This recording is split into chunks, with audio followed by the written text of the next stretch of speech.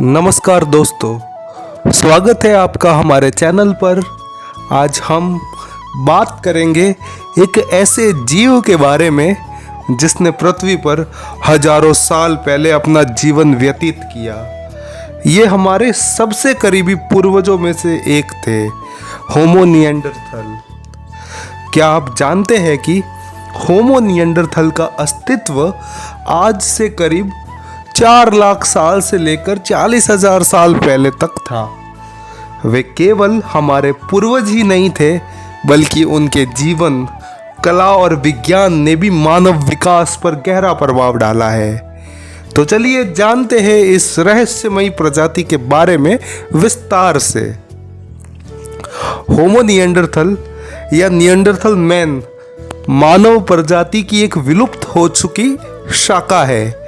इनका नाम निएंडर घाटी से आया है, जो जर्मनी में स्थित है, जहां सबसे पहले इनके अवशेष पाए गए थे। निएंडरथल्स का शरीर अन्य प्रारंभिक मानवों के मुकाबले ज़्यादा ताकतवर और ठोस था। इनकी हड्डियां मोटी और मांसपेशियां मजबूत थी, जिससे ये कठोर जलवायु में भी जीवित रह सकते थे।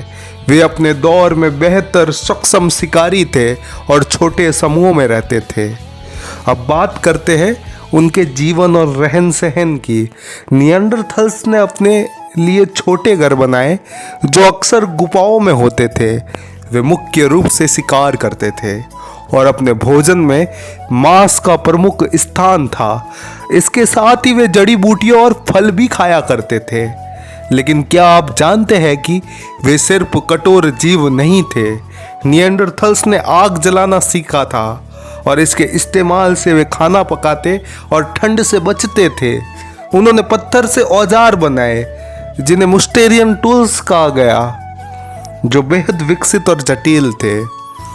निएंडरथल्स का जीवन सिर्फ शिकार और औजारों तक सीमित नहीं था।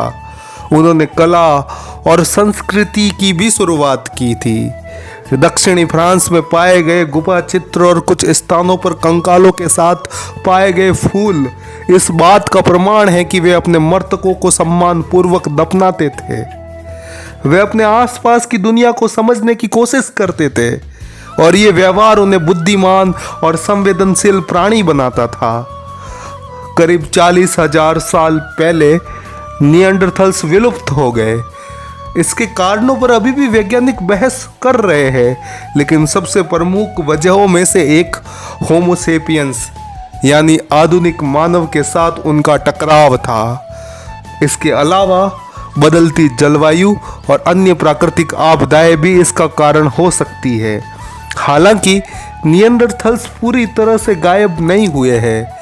डीएनए अध्ययनों से पता चलता है कि आज के इंसानों के जिन में 1% से 2% निएंडरथल डीएनए मौजूद है।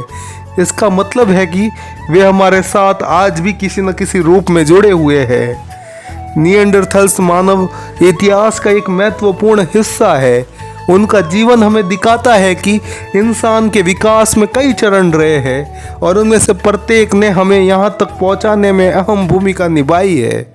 आशा है आपको होमो निएंडरथल्स के बारे में ये जानकारीपूर्ण वीडियो पसंद आई होगी। अगर आप हमारे चैनल पर नए हैं तो सब्सक्राइब करना ना भूलें और बेल आइकन को दबाएं, ताकि आपको हमारे नए वीडियो की जानकारी मिल सके। धन्यवाद।